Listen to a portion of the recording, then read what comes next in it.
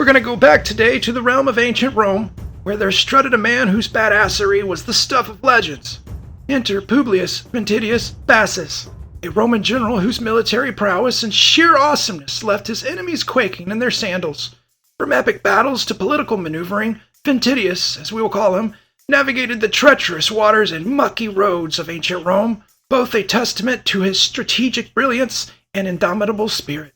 Our tales of Publius Ventidius Bassus, the Roman general that this is about, hold on, I'm only supposed to call him Ventidius now. Anyway, our tale begins amidst the competition for supremacy in the modern-day region some people in books call the Middle East. The Parthian Empire was causing trouble on the eastern borders of Rome.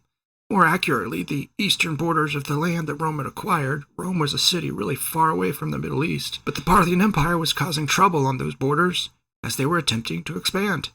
The Parthians were, and as corporate America would call it, a growth phase. The Parthian Empire was an expanding empire consisting of mostly land taken from the Seleucid Empire, which itself had been born when Alexander the Great's Macedonian Empire was split into parts. And if you remember, Alexander's empire was taken from the Persian Empire. So, go back. This is now the Parthian Empire. So begins what we know of his military career as a general in the Roman campaign against the dreaded Parthian Empire. Ventidius faced the daunting challenge of dealing with the skilled horse archers of Parthia and their hit-and-run tactics. These Parthians thought they were so clever. Little did they know that Ventidius had a trick or two or seven up his ironclad sleeve, with a strategic brilliance that made all of his enemies question their actual purpose in life, and for some their purpose in death. He devised plans to disrupt their mobility and neutralize the Parthians' oh-so-fancy advantages, those being of the equestrian kind, with legit horsepower, manpower, brainpower, willpower, and other stuff. These Parthians, with their horde of skilled horse archers, I've had to edit this a few times, tested Ventidius' strategic acumen with their hit-and-run tactics. But fear not, for our hero Ventidius was not one to shy away from a challenge. Through meticulous observation and actual strategic analysis, he devised plans to disrupt the mobility of the Parthian cavalry and nullify their advantage. Such was his understanding of their strengths and his ability to counter them, that his badassery on the battlefield knew no bounds. Learning from the disastrous defeat of General Crassus at the Battle of Carrhae, yet but a few years earlier, Ventidius delved into the secrets of Parthian warfare. He sought to quell the fearsome Parthian mounted archers, whose mobility proved a thorn in the side of Roman might. Behold his audacious and innovative move. The Falcatus Model M1 non-standard issue was born, improvised weapons that struck terror into the hearts of those Parthian horse archers. It is said that Ventidius had his legionaries use Falcatus swords, mounted on long poles, looking like the Grim Reaper's scythe. Granted his men not on horses the power to strike and defend from a much greater distance against men on horses. The Parthians were caught unawares, their cavalry thrust into disarray whenever they met. It was in the battle of the Cilician Gates and the Amanus Pass that Ventidius' genius truly shone. These strategic mountain passes held the key to Parthia's heartland, and their fortification presented a formidable challenge. These mountain passes were like the world's most exclusive club, and the Parthians thought that they had the bouncers in their pockets. Oh, how wrong they were. With a tactical finesse that would make Sun Tzu say, "Daggone, that's impressive," Ventidius launched a surprise attack that sent the Parthians reeling. However, our hero's cunning and audacity knew no bounds. With a masterful stroke, he launched a surprise attack, catching the Parthians off guard. His troops, numbering in the thousands, fought with an unwavering resolve, their spirits lifted by the presence of a leader whose tactical brilliance knew no bounds. With the clash of swords and the thunder of hooves, Ventidius and his valiant soldiers tore through the enemy lines, their Falcatus cleaving through flesh and bone. The Parthians, taken aback by this ferocious assault, were forced into disarray. They never saw it coming, poor souls. Ventidius' unexpected move left them dead, dying, or wondering if they should consider a career change. Victory, sweet victory, crowned the efforts of Ventidius and his courageous warriors. Forsooth, Ventidius' victory over the Parthians was not confined to a solitary battle. He consistently outmaneuvered their forces, exploiting their weaknesses with the precision that would make the sharpest needle envious. For the grandest act in this humanized demonstration of Roman virtue, violence, victory, and vision, Ventidius would march forth to the Battle of Suristica, where his strategic acumen and indomitable spirit would once again lead him to triumph. The enemy forces under the command of the renowned Parthian general Pacorus sought to reclaim lost glory and deliver a crushing blow to the Roman legions. Yet they underestimated the sheer force of Ventidius Badassus. In this climactic clash, tens of thousands of soldiers clashed. Their shouts and the clash of arms resounded through the land. Ventidius, undeterred by the overwhelming odds, maneuvered his troops with a precision that could only be done through incredible discipline, intelligence, and strategic prowess. And there was a lot of clashing. Clashing here, clashing there. A lot of clashing. He exploited weaknesses, outflanked the enemy, and unleashed a devastating assault that shattered the Parthian ranks, killing the enemy general Pacorus in the process, this time using the Roman version of a bunch of 38 specials being fired at a very slow pace. They used slingers, soldiers who used slings to hurl lead balls that had the stopping power similar to a 38 special. So with Pacorus slain and the Parthian forces in disarray, the Roman legions emerged victorious, their banners held high in triumph. The Battle of Serestica was not just a victory in itself, but a turning point in the struggle for dominance in the region. It marked the decline of Parthian influence and the ascendance of Roman might.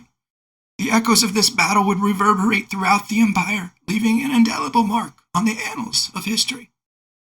In ancient Rome, much like the modern United States, political drama was to the max.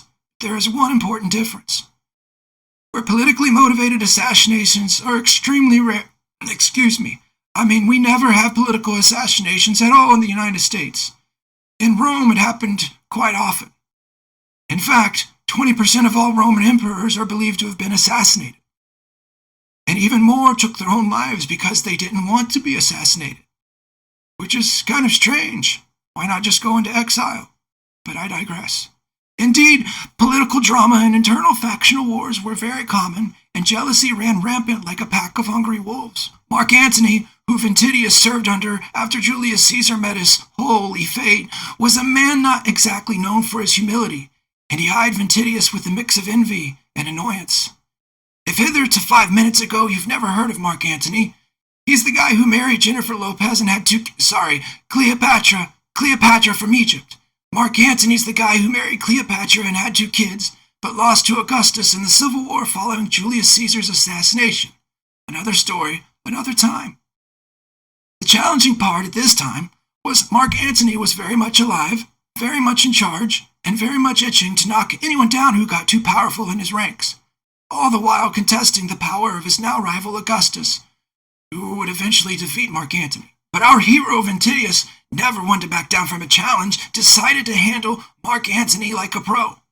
With a combination of charm, clever words, and maybe a few well-placed compliments about Antony's questionable fashion choices, Ventidius ensured that his victories didn't ruffle Antony's golden feathers too much. After all, there's nothing worse than a jealous rival with a sword and a grudge, with more money, better weapons, and a bigger army, and more in charge. Ventidius even declined to pursue the Parthians after the Battle of Serestica, concerned that an increase in his acclaim would cause Marc Anthony to just get rid of him. And by get rid of him, I mean get rid of him. While this worked to a point, after Ventidius had won 3 straight victories, one of which being the first Roman victory against a full Parthian army, after regaining the Roman Empire's dominance over the Mediterranean side of the Middle East, and after disrupting the entire military-industrial complex of their biggest threat in the East, Ben Affleck congratulated him by kicking him out of the Roman Empire, but awarding him a triumph. And so it came to pass that a triumphant Ventidius returned to Rome, the city that stood as the beating heart of the empire, the center of the world, to receive his gift from Bennifer, the triumph. If you don't know what a triumph is, it's okay. Most of us would confuse it with the car. But it is a party. It's a big party. It's a party of parties, a parade of parades, the celebration of all celebrations, all there to let our hero know how great he is and how much he means to the world.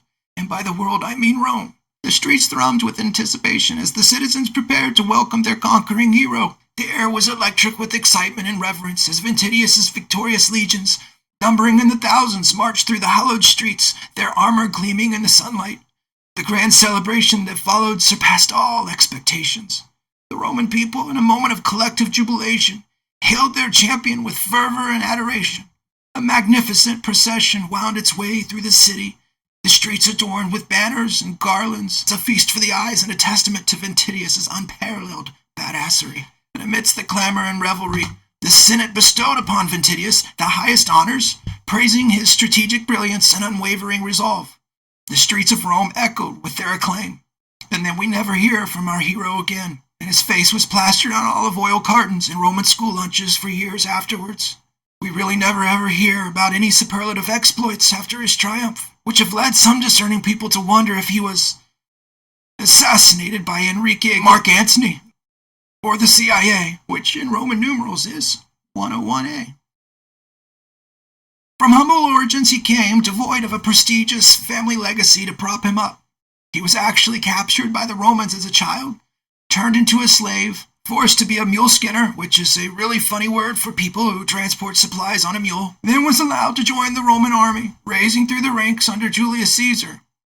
Through his own merits and heroic hijinks on the battlefield, he carved his name deep into the annals of Roman history, his legacy intertwined with tales of military triumphs, inspiring future generations with his unwavering resolve, strategic brilliance, and indomitable spirit.